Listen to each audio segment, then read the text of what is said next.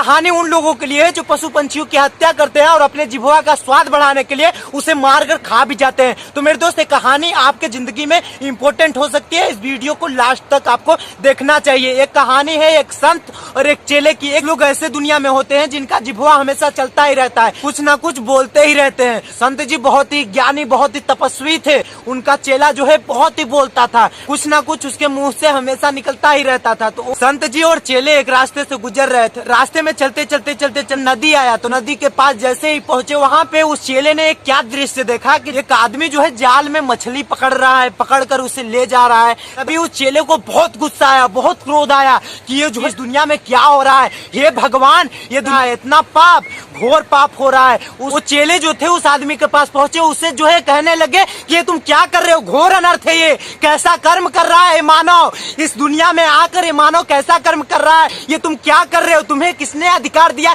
इस जीव को मार कर खाने का, घोर अनर्थ है ये, भगवान तुम्हें माफ नहीं करेगा, तुम्हें इस जीव को मारने का किसने हक दिया, क्या तुमने भगवान से पूछा है, नहीं ना पूछा है, तुम इसे मार कर खाओगे तो तुम्हें पाप लगेगा। संत जी थे वो आगे बढ़ गए थे तो वो वापस आए तो उसे जो है चेले को देखा कि उस आदमी को जो है डांट रहा था, क्या कर्म कर रहे हैं हम, क्या छुप के कर रहे हैं, क्या हम लोगों के सामने कर रहे हैं, सब उसे पता है। एक एक कर्म का उसके पास हमारा हिसाब रखा हुआ है, सब वो गिनती करता है। का एक चींटी को भी हम अगर मार दे तो उसका भी कर्म का सजा हमें मिलता है। पुराणों में आपको देखने को मिल जाएगा, एक जो है महात्मा जी को चींटी को काटा चुभोने पे संत जी को फांसी मिल गई थी। उस चेले को समझाने लगे वो संत जी कि ऐसा तुम मत करो, ये भगवान सबको देखता है। संत जी उस चेले को बहुत समझाए, समझाने के बाद अपने चेले को पकड़कर साथ ले गए।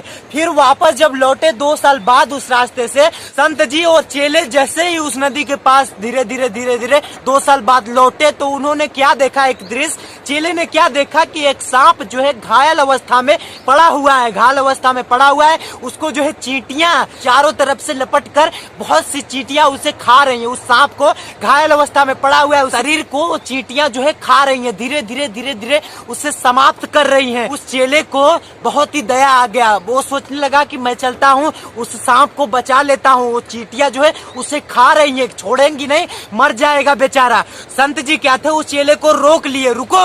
उस चेले ने कहा कि ये गुरुजी, वो जो है सांप जो है घायल पड़ा है, उसे चींटियां खा रही, वो मर जाएगा, उसे बचाना ही मुनासिब होगा, क्योंकि अगर नहीं बचाएंगे तो बेचारा मर जाएगा तड़प तड़प के। वो जो संत जी थे उस चेले को क्या समझाने लगे कि ये तुम जानते हो कौन है, नहीं जानते, मैं बताता हूँ। संत जी उसे समझाने लगे, उस बार जब हम नदी से गुजरे थे, वो मछुआरा जो है मछली मार रहा था, उस जीव को, अनबोलते जीव को मार कर खाने के लिए घर ले जा रहा था, तब तुम उसे डांट रहे थे। वही वो इंसान है जो आज जो है पड़ा हुआ है, उसे जो है चींटियां मिलकर खा रही है नोच नोच कर। तुम उसके पास मत जाओ, अगर तुम उसे बचा लेते हो इस समय तो उसे अगला जन्म लेकर फिर आना पड़ेगा, क्योंकि उसे किए कर्म की सजा अभी भुगत लेने दो, तो तुम उसे रहने दो, उसके कर्म की सजा मिल रही है। जैसा कि इंसान कर्म करता है उसके हिसाब से उसको सजा मिलती है। मैंने एक न्यूज में देखा था कि एक रेस्टोरेंट में इंसान का खाने में नाखून मिला था। एक रेस्टोरेंट में न्यूज ऐसा हमने देखा था अपने लाइफ में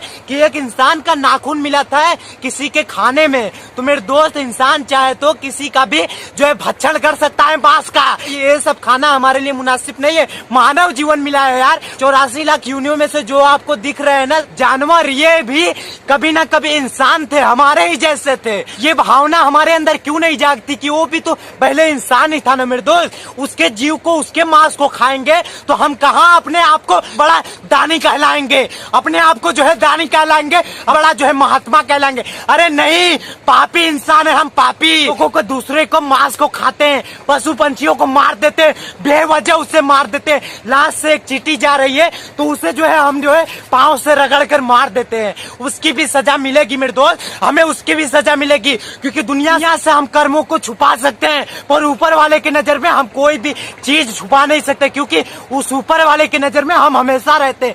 चाहे छुपकर कोई कर्म बुरा बुरा कर्म करे चाहे अच्छा कर्म करे छुपकर, तो मेरे दोस्त यही मैं कहूंगा, अपने कर्मों को सुधार लीजिए। वहां पे आपके अच्छे ही कर्म जाए, ताकि वो जो है प्राउड कर पाए, ऊपर वाला प्राउड कर पाए कि मैं ऐसे इंसान को इस दुनिया में भेजा, ये जो है अच्छा बनकर आया, कुछ करके आया अपने लाइफ में, किसी का बुरा नहीं किया अपने लाइफ में, ना ही किसी जीव को तकलीफ दिया, ना ही किसी जीव का भक्षण किया। ये बहुत बड़ा पाप है, किसी अनबोलते जीव की जान को मार कर खा जाना। अपने जिभवा के स्वाद को बढ़ाने के लिए साला हम दूसरे के मांस को खाते हैं। आने वाले कल में बुढ़ापे में वही बीमारी हमें पकड़ लेती है ना, तब हमें पता चलता है कि हमारे किए कर्म की सजा मिल रही है।